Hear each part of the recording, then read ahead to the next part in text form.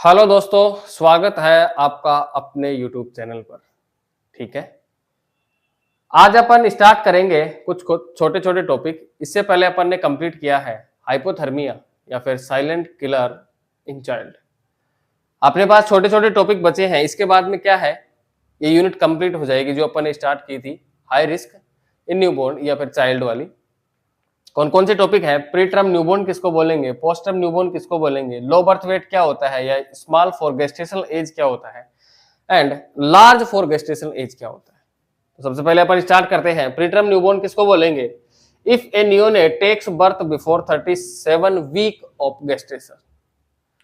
यदि किसी बच्चे की डिलीवरी या न्यूनेट की डिलीवरी 37 वीक ऑफ गेस्टेशन से पहले हो जाती है तो उस कंडीशन को क्या बोलते हैं या उस न्यूबॉर्न को क्या बोलते हैं, प्री टर्म न्यूबॉर्न। फिर से सुने, यदि किसी न्यूबॉर्न की डिलीवरी 37 वीक ऑफ गेस्टेशन से पहले हो जाती है तो उसको क्या बोलेंगे, प्री टर्म न्यूबॉर्न। और ऐसे क्या क्या साइन एंड सिम्टम आएंगे, ऐसे क्या क्या क्लिनिकल मैनिफेस्टेशन होंगे जिस वजह से अपन बोल सकते हैं कि ये एक प्री टर्म बेबी है। ठीक है, यूनिवर्सिटी लेवल पर क्वेश्चन आता है कि प्री टर्म न्यूबॉर्न क्या होता है, डिफाइन करें। तो ऐसा ही नहीं है कि अपन यहां पर लिखकर 37 वीक से पहले हो रहा है डिलीवरी तो ठीक है, तो वो क्या हो गया, प्री टर्म हो गया। नहीं, अपने को जो अपन ने फिजिकल एग्जामिनेशन के अंदर पढ़ा था, जो अलग अलग बॉडी पार्ट का अपन ने फिजिकल एग्जामिनेशन किया था, उनके अंदर अपन ने देखा था यदि ये कंडीशन है तो ये प्री टर्म है, पोस्ट टर्म है, कंडीशन के अकॉर्डिंग अपन ने देखा था। तो उनको भी अपने को यहां पर लिखना है साइन एंड सिम्टम के तौर पर। तो प्री टर्म न्यूबॉर्न के अंदर क्या क्या क्लिनिकल मैनिफेस्टेशन आएंगे या क्या क्या साइन एंड सिम्टम आएंगे। सबसे पहले अपन क्या चेक करेंगे, जैसे डिलीवरी हुई बच्चे का अपन क्या चेक करेंगे, वेट चेक करेंगे। वेट चेक करेंगे, कैसा मिलेगा वेट बच्चे की, अपन लेंथ चेक करेंगे,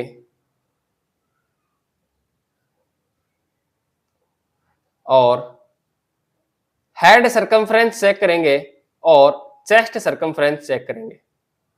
क्या, head circumference and chest circumference, इसके साथ में ईयर एग्जामिनेशन करेंगे और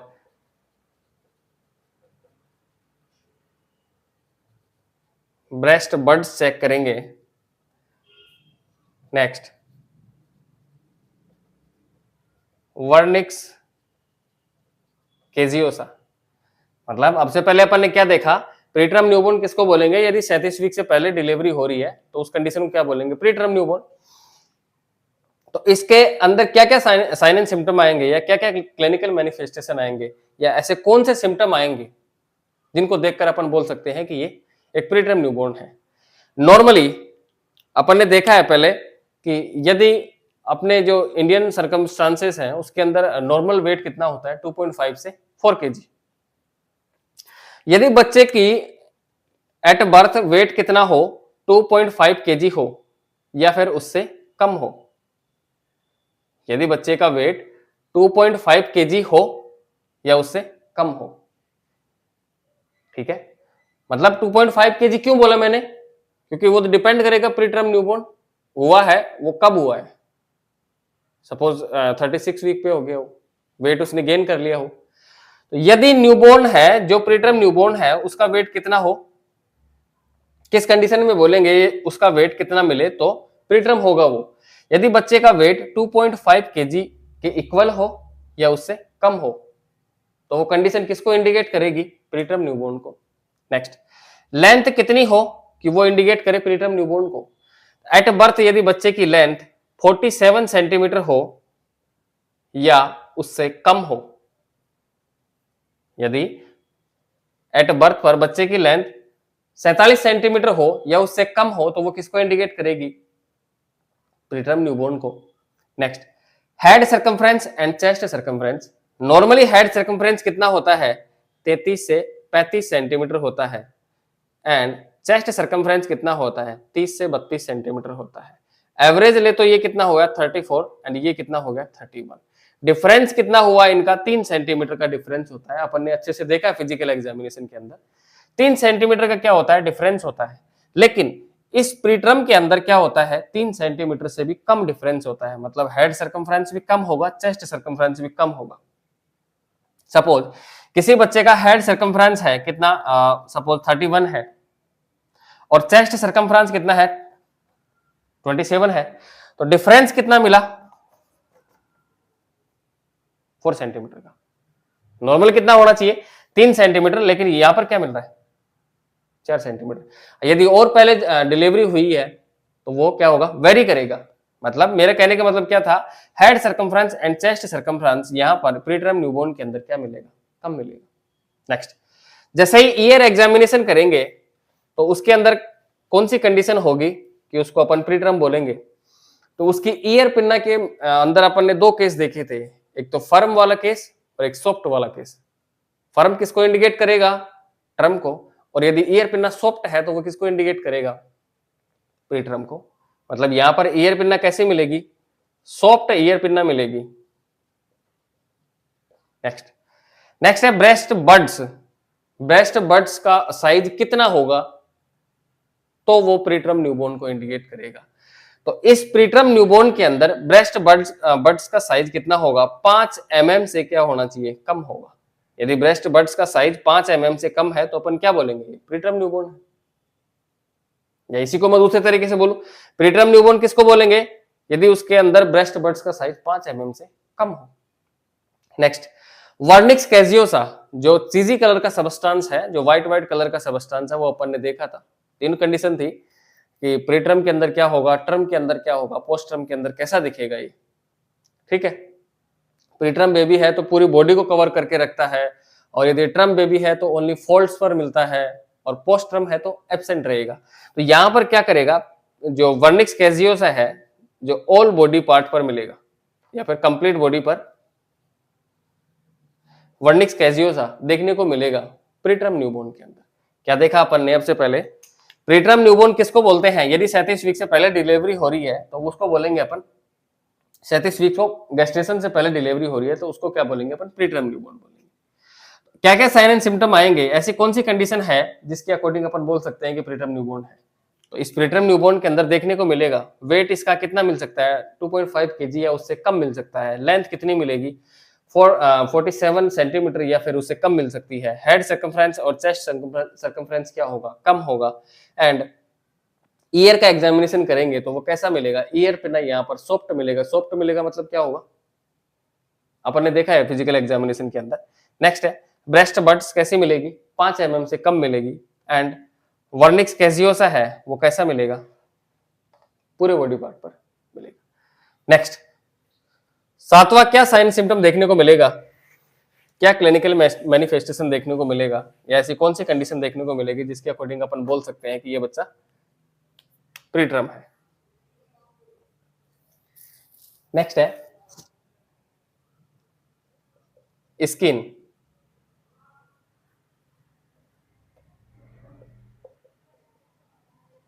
प्लीथोरिक या फिर डार्क रेड कलर की।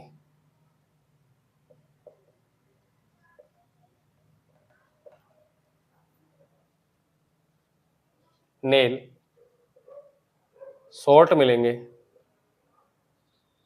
And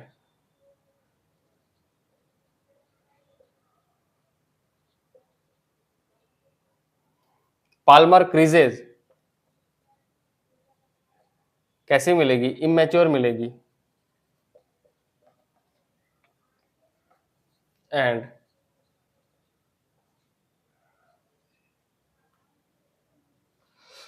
chances of RDS, chances of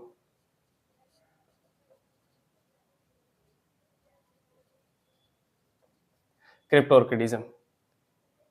6 clinical manifestation अपन देख लिए थे। नेक्स्ट है 7वां, प्रीटर्म न्यूबॉर्न के अंदर स्किन कैसे मिलेगी, डार्क रेड कलर की ये मिलेगी या फिर इसी को बोल सकते हैं प्लीथोरिक स्किन मिलेगी। क्या होती है ये, वो अपन ने फिजिकल एग्जामिनेशन के अंदर देख लिया। किसी को देखनी है तो आप वहां जाके देख सकते हैं। नेक्स्ट, प्रीटर्म न्यूबॉर्न के अंदर नेल कैसे मिलेंगे, शॉर्ट नेल मिलेंगे। ठीक है। नेक्स्ट, पाल्मर क्रीजेज कैसे देखने को मिलेगी, पाल्मर क्रीजेज इमेच्योर देखने को मिलेगी प्रीटर्म न्यूबॉर्न के अंदर। And chances of respiratory distress syndrome.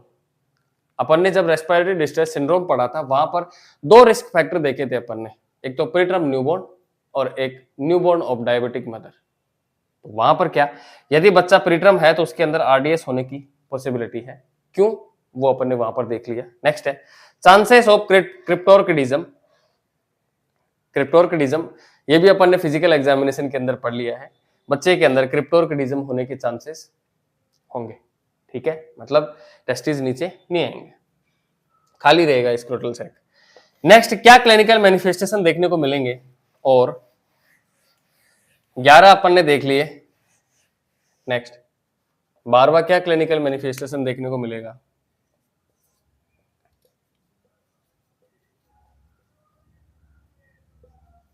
Immature neonatal reflexes and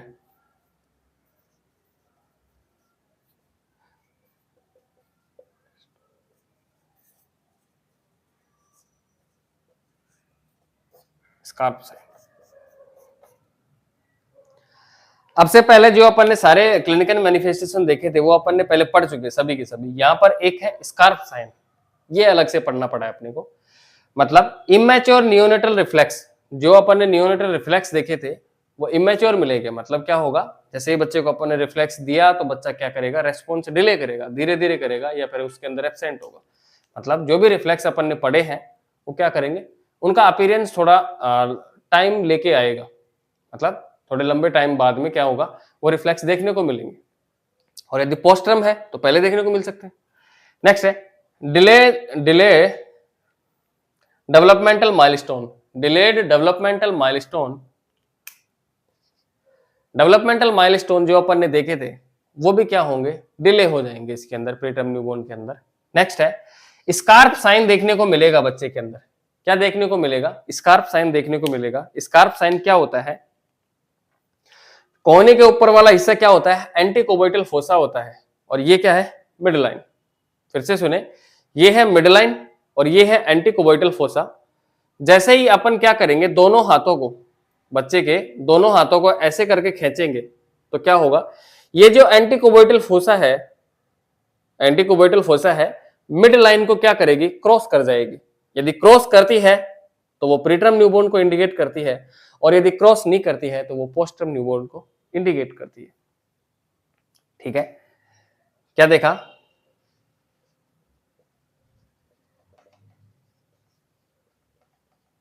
एंटीक्यूबेटल fossa है ना। एंटीक्यूबेटल फोसा को अपन कैसे चेक करेंगे, फिर से सुने आप। स्कार्प साइन के अंदर क्या होता है, जो अपनी बॉडी की मिड लाइन होती है उसको जो ये एंटीक्यूबेटल फोसा है, एंटीक्यूबेटल फोसा, जैसे ही अपन दोनों हाथों को क्या करते हैं, बच्चे को ऐसे करते हैं, बच्चे के दोनों हाथों को ऐसे करते हैं, ठीक है, स्कार्प साइन चेक करने के लिए खींचते हैं, तो ये जो एंटीक्यूबेटल फोसा है वो मिड लाइन को क्रॉस कर जाती है। यदि क्रॉस कर जाती है तो वो होता है प्रीटर्म न्यूबॉर्न, यदि क्रॉस नहीं करती है तो वो होता है पोस्टर्म न्यूबॉर्न, ठीक है, या फिर term newborn.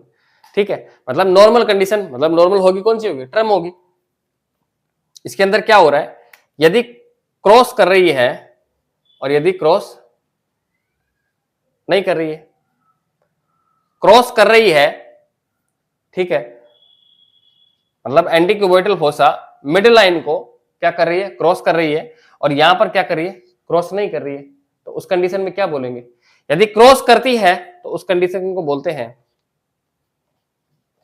Positive scarf sign, और यदि क्रॉस नहीं करती है तो उसको बोलते हैं नेगेटिव स्कार्प साइन। क्या देखा अपन ने, ये कंप्लीट डिटेल थी किसके बारे में, प्रीटर्म न्यूबॉर्न के अंदर।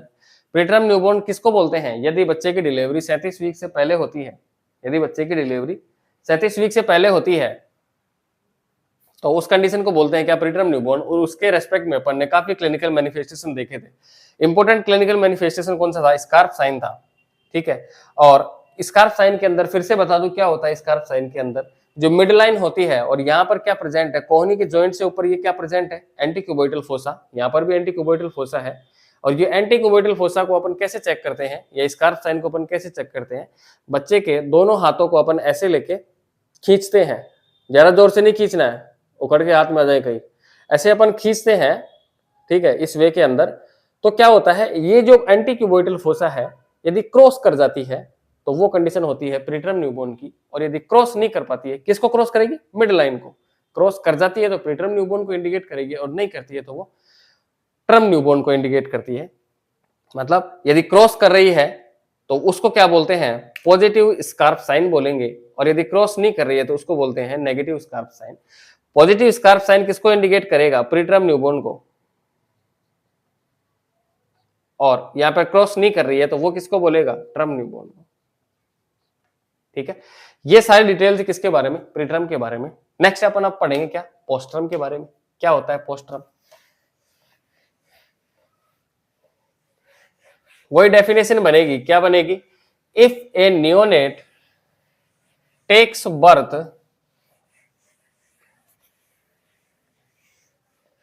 After 42 week of gestation.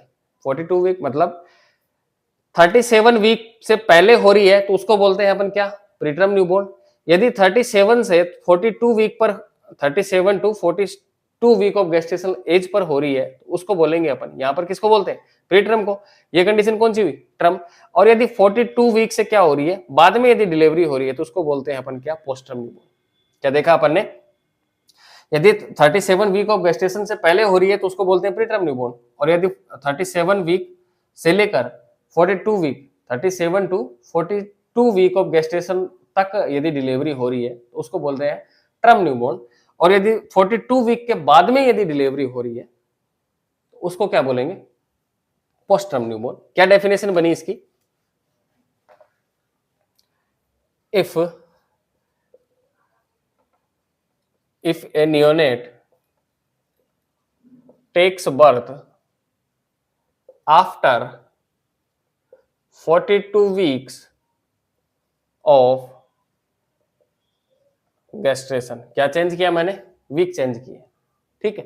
Next, ऐसे क्या क्या साइन एंड सिम्टम आएंगे, या ऐसे कैसे ऐसे कैसे हुआ ये, मतलब ऐसे कौन से क्लिनिकल मैनिफेस्टेशन होंगे जिसके अकॉर्डिंग अपन बोल सकते हैं कि ये एक पोस्ट टर्म न्यूबॉर्न है। क्या है, पोस्ट टर्म न्यूबॉर्न है।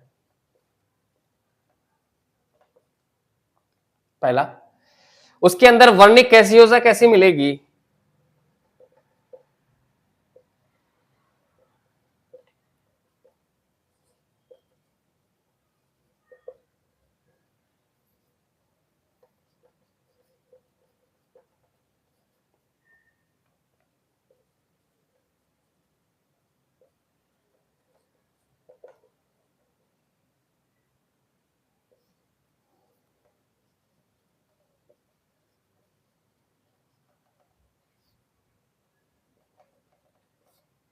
ठीक है। ये अपन ने देखा क्या, ऐसे कौन से साइन एंड सिम्टम होंगे या ऐसी कौन सी असेसमेंट फाइंडिंग अपने को प्राप्त होगी, उसको अपन देख के बोल सकते हैं कि ये बच्चा पोस्ट टर्म है। ठीक है, जैसे ही अपन वर्निक्स कैसियोसा या वर्निक्स कैसियोसा अपन चेक करते हैं, जो एक चीजी कलर का सबस्टांस है, प्रीटर्म न्यूबॉर्न के अंदर क्या हुआ, पूरी बॉडी को कवर करके रखा है, पूरी बॉडी पर प्रेजेंट है। लेकिन वर्निक्स कैसियोसा पोस्ट टर्म न्यूबॉर्न के अंदर क्या होता है, एब्सेंट होता है। क्या होता है, एब्सेंट होता है। प्रीटर्म न्यूबॉर्न के अंदर नेल्स कैसे मिले थे, शॉर्ट, तो यहां पर नेल्स कैसे होंगे, लॉन्ग। ये वही डाटा जो अपन ने फिजिकल एग्जामिनेशन के अंदर पढ़े थे। स्किन कैसे मिलेगी, पार्चमेंट लाइक स्किन मिलेगी, या फिर डार्क एंड पिलिंग स्किन मिलेगी, ड्राई एंड पिलिंग स्किन मिलेगी, ड्राई एंड पिलिंग स्किन मिलेगी। ड्राई मतलब रूखी सूखी, पिलिंग मतलब जिसके ऊपर झुर्रियां पड़ रही है। इन दोनों लाइन का मतलब क्या हुआ, पार्चमेंट लाइक स्किन या फिर पार्चमेंट लाइक स्किन, या फिर ड्राई एंड पिलिंग लाइक स्किन। इन दोनों का मतलब है कि लेदर जैसा अपीयरेंस देखने को मिलेगा। लेदर मतलब जो लेदर होता है, जो क्या होता है, ड्राई भी देखने को मिलता है और उसके ऊपर पपड़ियां भी देखने को मिलती है, झुर्रियां भी देखने को मिलती है। उस स्किन को अपन देखते हैं किस बच्चे के अंदर मिलेगी, वो पोस्ट टर्म न्यूबॉर्न के अंदर मिलेगी। स्किन कैसे मिलेगी, पार्चमेंट लाइक स्किन, या मैं बोल सकता हूं ड्राई एंड पिलिंग स्किन। ड्राई मतलब सूखी, पिलिंग मतलब झुर्रियादार, या एक लाइन में बोलूं तो लेदर लाइक अपीयरेंस देखने को मिलेगा। नेक्स्ट, बच्चे की बॉडी कैसी होगी?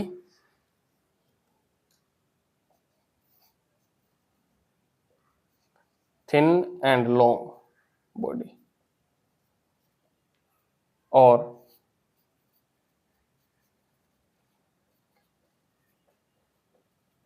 मसल्स वास्टिंग देखने को मिलेगी। इसके साथ में ही हाइपोग्लाइसेमिया बच्चे के अंदर देखने को मिलेगा। ठीक है, क्या देखा अपन ने? वर्निक्स कैजियोसा कैसी होगी? एब्सेंट होगी। नेल्स कैसे होंगे? लॉन्ग होंगे। स्किन कैसे मिलेगी?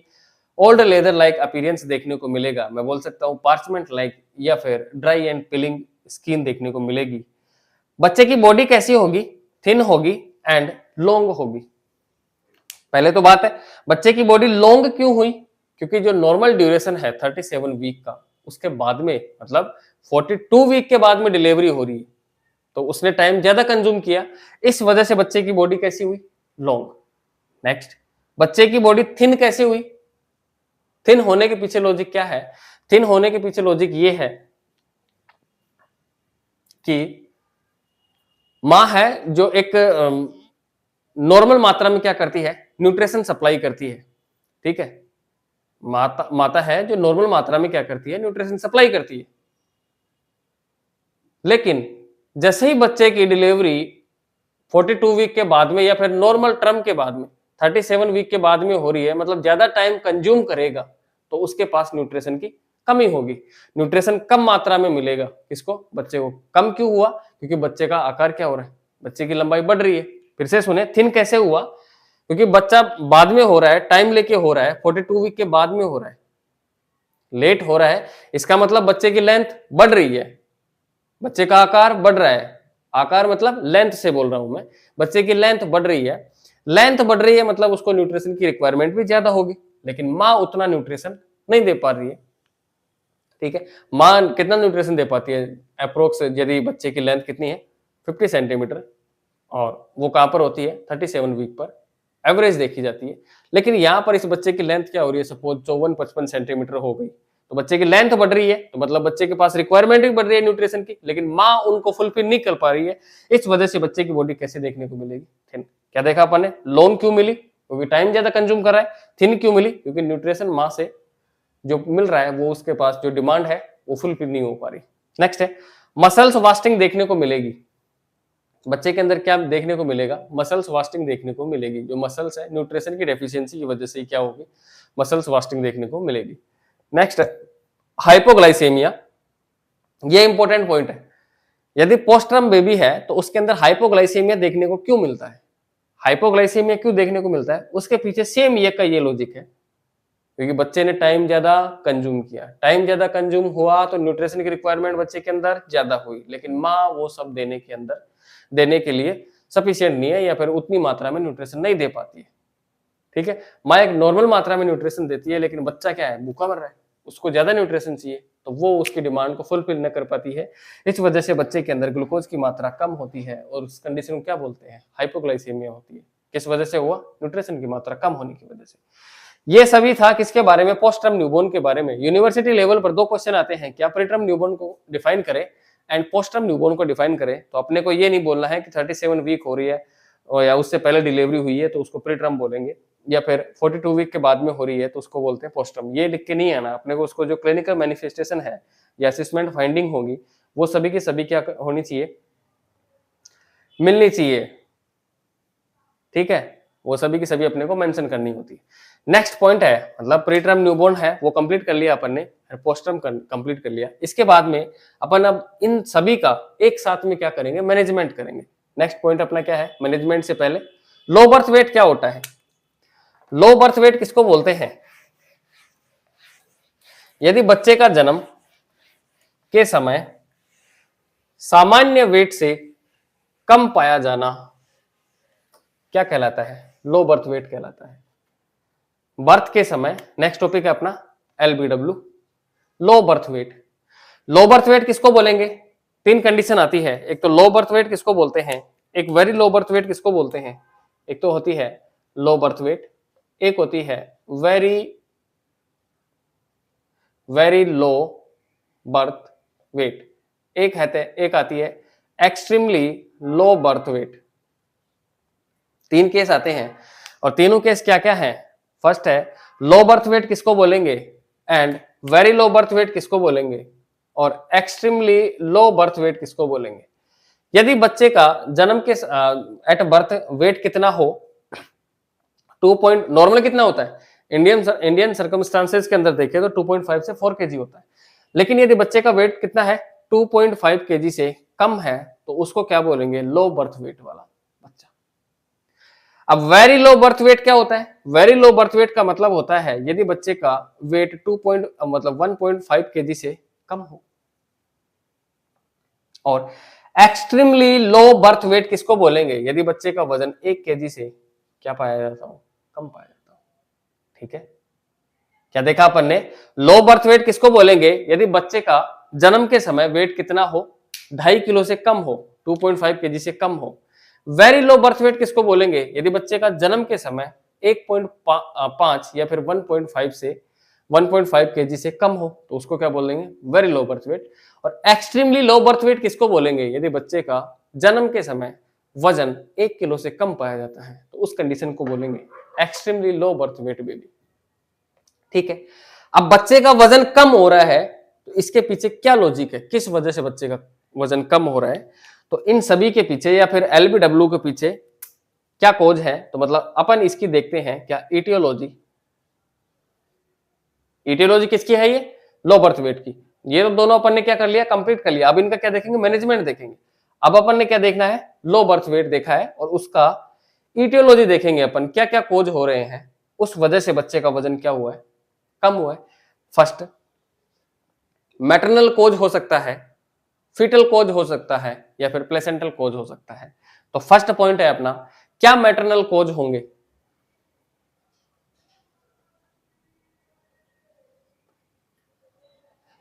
मैटरनल कोज जो अपना फर्स्ट टॉपिक था इस यूनिट का, बर्थ एस्पेक्सिया, वो सभी के सभी इसके अंदर आएंगे।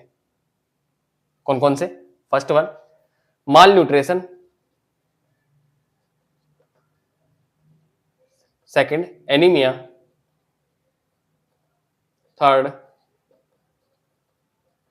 टॉर्च इन्फेक्शन, फोर्थ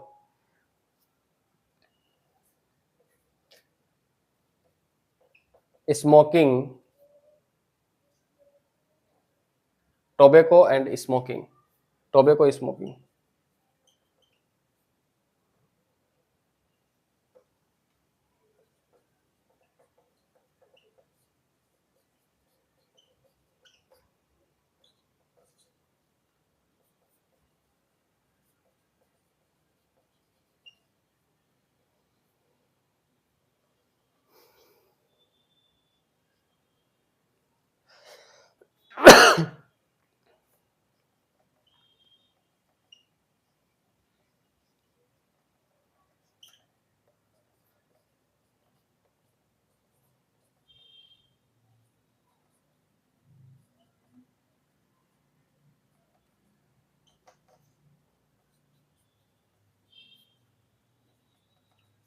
ये सभी अपन ने पहले देख लिए थे।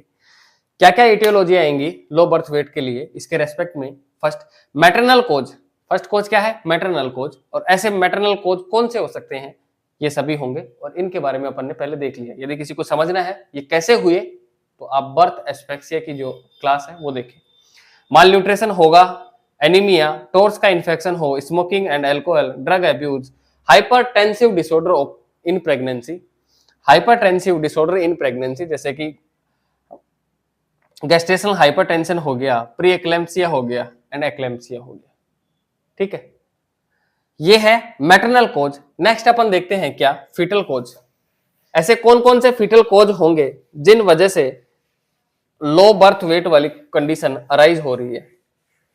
फर्स्ट क्या देखा? मैटरनल कोज। सेकंड है फीटल कोज।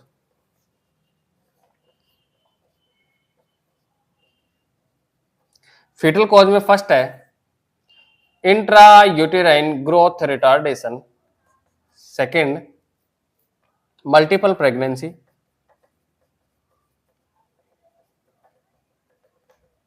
एंड थर्ड क्या होगी, intrauterine growth retardation. Multiple pregnancy हो सकती है या इसके अलावा chromosomal abnormality.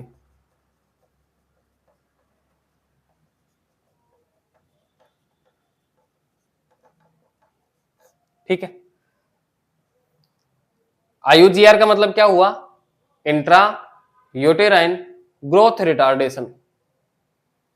Intra uterine growth retardation हो सकती है, मतलब बच्चे से संबंधित क्या क्या प्रॉब्लम होगी। पहली तो हो सकती है क्या, इंट्रा यूटेराइन ग्रोथ रिटार्डेशन। किस वजह से हो रहा है ये, न्यूट्रिशन की वजह से हो रही है। ठीक है, नेक्स्ट मल्टीपल प्रेगनेंसी। यदि यूटेराइन कैविटी के अंदर एक से ज्यादा बच्चे हैं तो उस कंडीशन क्या बोलेंगे, मल्टीपल प्रेगनेंसी। ज्यादा बच्चे होंगे तो उसको खाना भी क्या होगा, डिवाइड हो जाएगा। सपोज 1 किलो खाना है, एग्जाम्पल के लिए बता रहा हूं, सपोज 1 किलो खाना है, वो एक बच्चा है यूटेराइन कैविटी के अंदर तो उसको एक को ही मिलेगा। और यदि 2 बच्चे हैं तो 500 ग्राम दोनों के अंदर क्या हो गया, डिवाइड हो गया। और यदि 4 बच्चे हैं तो 250 ग्राम डिवाइड हो गया। मतलब न्यूट्रिशन की डिमांड फुलफिल नहीं हो पा रही, इस वजह से बच्चा क्या हो रहा है, लो बर्थ वेट से सफर कर रहा है। तो फीटल कोज क्या हो गया, इंट्रा यूटेराइन ग्रोथ रिटार्डेशन। ये भी किस वजह से हो रहा है, न्यूट्रिशन की सप्लाई प्रॉपर नहीं होने की वजह से या न्यूट्रिशन की डिमांड फुलफिल नहीं होने की वजह से। नेक्स्ट मल्टीपल प्रेगनेंसी, ज्यादा मतलब बच्चे हैं यूटेराइन कैविटी के अंदर तो न्यूट्रिशन की डिमांड उनके अंदर भी प्रत्येक के अंदर फुलफिल नहीं हो पाएगी। Next chromosomal abnormality. ऐसी कौन सी क्रोमोसोमल एबनॉर्मलिटी हो सकती है जिस वजह से लो बर्थ वेट की कंडीशन होगी या हो सकती है। जैसे कि एग्जांपल के लिए मैं बताऊं, डाउन सिंड्रोम हो गया, टर्नर सिंड्रोम हो गया।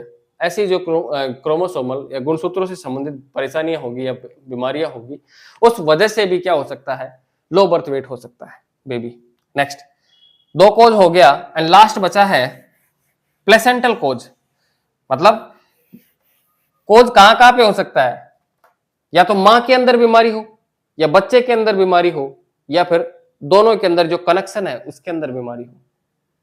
तो कनेक्शन क्या है, प्लेसेंटा। तो मतलब सी पॉइंट क्या हुआ, प्लेसेंटल कोज। प्लेसेंटल कोज क्या हुआ, प्लेसेंटल कोज के अंदर अपन देखें तो प्लेसेंटल कोज के अंदर आता है प्लेसेंटल इनसफिशियंसी।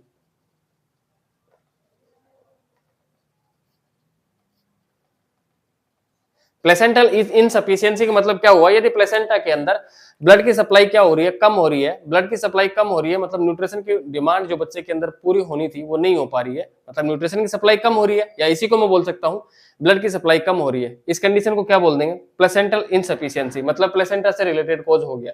और ये अभी अपन ने क्या देखा, प्रीटर्म न्यूबॉर्न क्या होता है, पोस्टर्म न्यूबॉर्न क्या होता है और लो बर्थ वेट बेबी क्या होता है। ठीक है, और इस लो बर्थ वेट का बेबी का क्या होता है, कोज क्या होता है इसके पीछे। नेक्स्ट अपन नेक्स्ट लेक्चर के अंदर देखेंगे स्मॉल फॉर गेस्टेशनल एज क्या होता है and large for gestational age क्या होता है, और इन सभी कंडीशन का मैनेजमेंट देखेंगे। वो नेक्स्ट क्लास में देखेंगे और वो इस यूनिट की लास्ट क्लास होगी। Thank you.